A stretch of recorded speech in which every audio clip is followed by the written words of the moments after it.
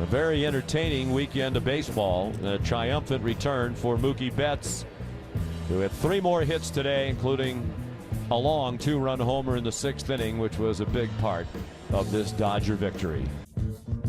A special edition of KJ and Dondero. Good Sunday to you, and welcome to WEEI. Mark, first I want to say hello to you, and then I have a question for you. It's kind of food related. Yes. So, you ever hear the question, how do you like your bacon, right? Some people like it crispy. Yeah. Other people like it a little under crispy. How do you like yours? Do you like yours like right in the middle, like they give those numbers 5, like somewhere like there? I don't like bacon. You don't like bacon? I don't like bacon. Wow. I like sausage. Okay, understandable. But the thing is, this bacon is nearly burnt for the Red Sox. Yeah. It's now above that little 5 number where most people choose like how they like it in the middle. This is starting to have a little bit of charred taste to it. And while the good news is that the Jimmy Fund Telethon and the Radiothon starts Tuesday, we may be able to raise up to $4 million as the bacon is being burnt this week. Mm-hmm. Is it? Are we done? Is the team done? After this Houston series? I think the team's done. And it's not because I don't have respect for the team and the effort of the team. I just think the task is too tall.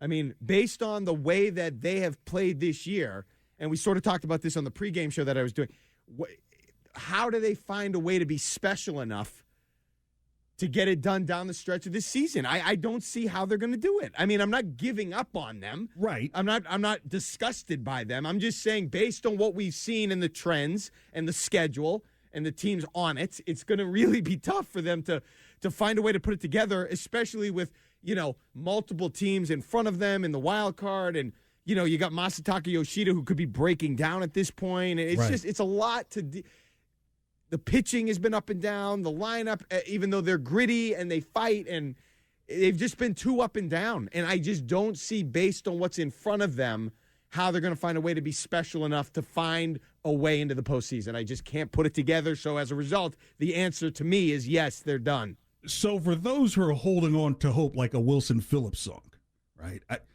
You say, okay, the Red Sox at one point this season did win 8 in a row against the team, one, Toronto, which is in the mix for this wild card, and Cleveland, who, as bad as Cleveland has been, are not really that far out of the woods in terms of what's going on in the horrible AL Central. So technically, they made their run of winning 8 straight against Cleveland, Toronto, and a couple of games against the Phillies, who were leading the wild card in the National League.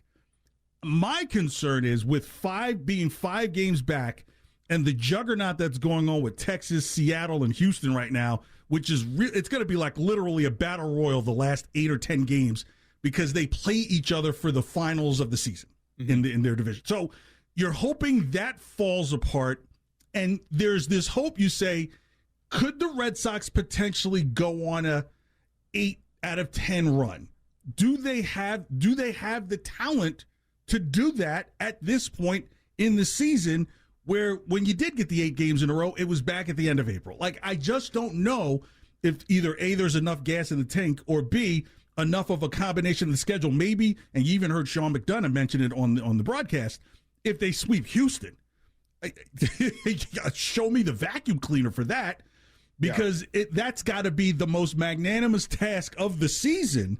And then if you can get to Kansas City, and then you get to the Kansas City series, and if you reel off 6 straight, we're having a totally different conversation in a week and a half, but we're talking about a team that would have to win probably 7, 8 games in a row again, like they did early in the season. I just don't see the makeup there. Well, like you said, if they win, let's say the best case scenario unfolds and they sweep Houston and then sweep Kansas City, and they're 4.5 back now and they get to 2. Okay, so that you had to have 2 really impressive sweeps just to make up 2.5 games, theoretically. Right. You're right. Then they'd have to essentially do it again, get help, keep it all together. Chris Sale would need to continue to perform. They would need guys to play above what they're capable of playing. It's just a lot. It's just a lot based on what's in front of you, the multiple teams, and the schedule.